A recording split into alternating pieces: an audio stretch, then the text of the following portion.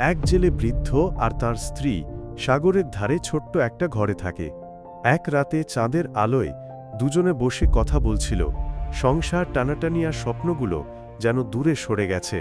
পরদিন ভোরে জেলে বৃদ্ধ জাল হাতে সমুদ্রে নামে।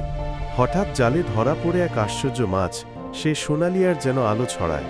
আরও অবাক কাণ্ড, মাছটা মানুষের মতো করে কথা বলে আর কাতর হয়ে বলে, আমাকে ছেড়ে দাও, আমি তোমাকে সাহায্য করব। বৃদ্ধের মন নরম, সে মাছটাকে ছেড়ে দেয়। কিন্তু বাড়ি ফিরে স্ত্রী সব শুনে রাগে ফেটে পড়ে।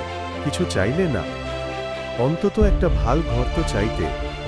বাধ্য হয়ে বৃদ্ধ আবার সাগর পাড়ে যায়, মাছটাকে ডাকে। মাছটা উঠে আসে আর বলে, বলতে চাও? বৃদ্ধ স্ত্রীর কথা জানায়। মাছটা ইচ্ছে পূরণ করে দেয়, ঘর বদলে যায়, আরাম আসে।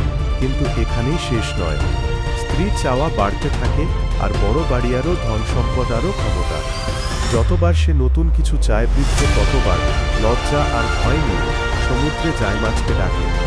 আর প্রতিবারই সমুদ্রের রং বদলায়, শান্ত নীল জল ধীরে ধীরে গাঢ় শান্ত ঝড়ো হয়ে ওঠে। একসময় স্ত্রীর লোভ চরমে ওঠে, সে রানী হতে চায়, তারপর আরও বেশি কিছু। বৃদ্ধ আবার মাছের কাছে যায়। এবার চারদিকে ভয়ঙ্কর ঝড় বিদ্যুৎ ঢেউয়ের তাণ্ডব। মাছটা ভেসে ওঠে, কিন্তু নীরব। স্ত্রীর শেষ চাওয়াটা পূরণ হতে না হতেই সব উধাও হয়ে যায়। বড় বাড়িধন, সম্পদ, রাজসিংহাসন সব যেন স্বপ্নের মতো মিলিয়ে যায়।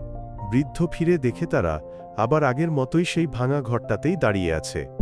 গল্পের কথা, লোভ যত বাড়ে শান্তি তত কমে।